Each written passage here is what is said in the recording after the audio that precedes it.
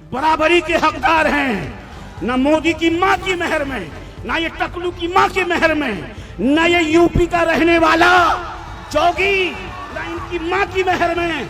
आओ आओ मौलाना फिरोज खान रजवी को हथकड़ी लगा लो अगर दम है तो। मौलाना भूल गया कि शासन किसका है।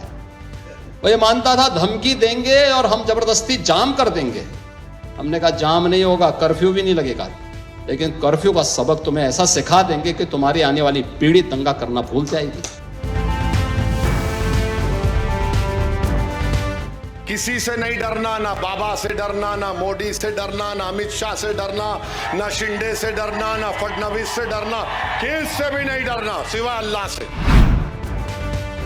दोस्तों, आई लव मोहम्मद पर जारी घमासान थमने का नाम नहीं ले रहा। जहां एक तरफ आई लव मोहम्मद लिखने पर बवाल मचा, वहीं I love Mahadev, I love Yogi के भी पोस्टर जारी हुए। इसी दौरान यूपी के बरेली सहित देश के कई जगहों पर हिंसा भड़क उठी, जिसके बाद योगी आदित्यनाथ का एक बयान वायरल हुआ, जिसमें उन्होंने कहा कि बरेली में मौलाना भूल गया कि शासन किसका है।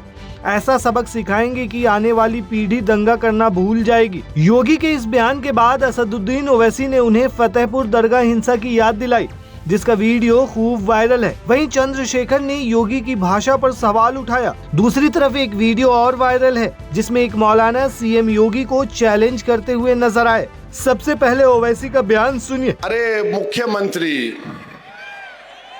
बाबा, वो फतेहपुर की दरगाह में गुंडे घुस गए। एक वली की दरगाह में गुंडे घुसकर दरगाह को, खबर को लाठियों से मार रहे थे। आपकी मुंह में जबान नहीं हिली? खाली बरेली में क्या हुआ वो याद रहा आपको?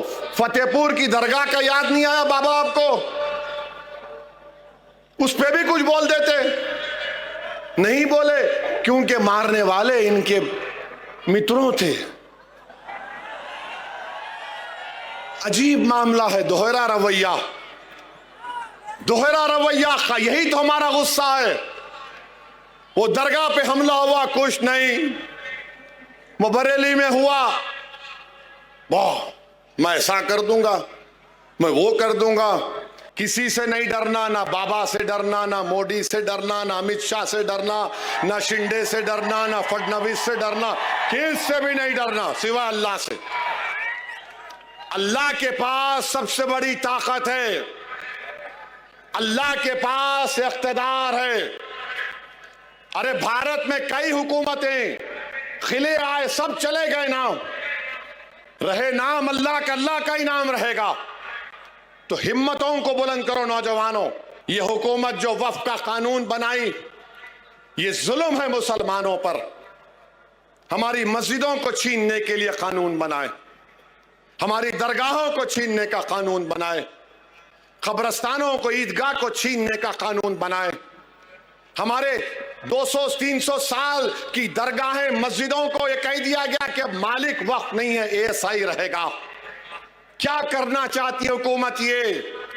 वहीं दूसरी तरफ दोस्तों, नगीना सांसद ने सीएम योगी की भाषा पर सवाल उठाया।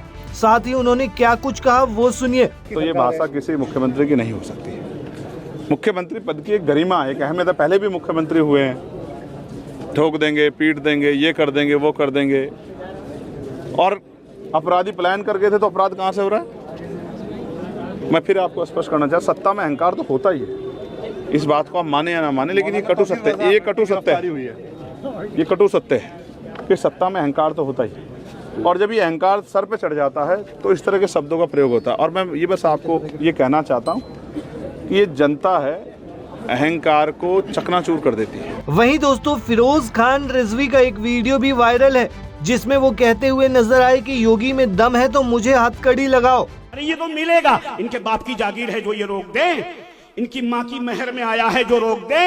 अरे हम तो बराबरी के हकदार हैं, बराबरी के हकदार हैं। ना मोदी की माँ की मेहर में, ना ये टकलू की माँ की मेहर में, ना ये यूपी का रहने वाला जोगी, ना इनकी माँ की मेहर में।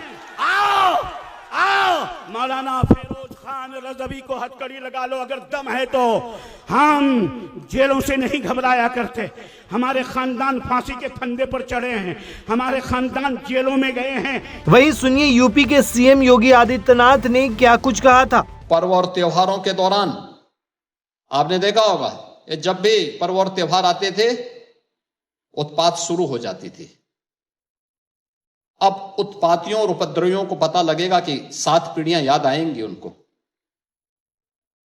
क्योंकि कभी कभी बुरी आदतें जाती नहीं लोगों की, तो उसके लिए उनकी डेंटिंग पेंटिंग करवानी पड़ती है कायदे से, जिससे उनकी बुरी आदतों को हम ठीक कर सके। और यही डेंटिंग पेंटिंग आपने देखा होगा कल बरेली के अंदर, वो मौलाना भूल गया कि शासन किसका है। वो ये मानता था धमकी देंगे और हम जबरदस्ती जाम कर देंगे। हमने कहा जाम नहीं होगा, कर्फ्यू भी नहीं लगेगा, लेकिन कर्फ्यू का सबक तुम्हें ऐसा सिखा देंगे कि तुम्हारी आने वाली पीढ़ी दंगा करना भूल जाएगी। दोस्तों आपको बता दें कि आई लव मोहम्मद लिखे पोस्टर पर विवाद 4 सितंबर को यूपी के कानपुर से शुरू हुआ था। फिर उत्तराखंड, तेलंगाना, गुजरात, महाराष्ट्र सहित कई राज्यों में मुस्लिम समुदाय के लोगों ने आई लव मोहम्मद के पोस्टर लेकर सड़कों पर उतरकर प्रदर्शन किया, जिसके जवाब में हिंदू समुदाय ने आई लव महादेव को ट्रेंड कराया। वहीं इसके बाद आई लव योगी और फिर साथ में आई लव बुलडोजर भी ट्रेंड कराया गया। दरअसल हुआ यूं था कि 4 सितंबर को कानपुर के रावतपुर में 12 अफात यानी कि ईद मिलादुन नबी के जुलूस के दौरान ये मामला शुरू हुआ। यहाँ पर मुस्लिम समुदाय के लोगों ने एक बैनर लगाया था जिस पर लिखा था आई लव मोहम्मद। हिंदू संगठनों ने इसका पुरजोर विरोध किया और बताया गया कि पोस्टर को फाड़ तक दिया।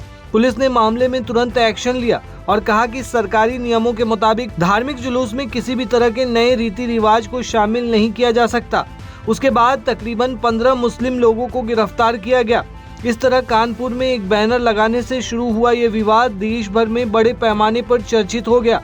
इसे लेकर सोशल मीडिया प्लेटफॉर्म पर भी अच्छी खासी बहस हो रही है। दोस्तों इस पूरे मामले पर आप क्या कहते हैं, हमें कमेंट में जरूर बताएं।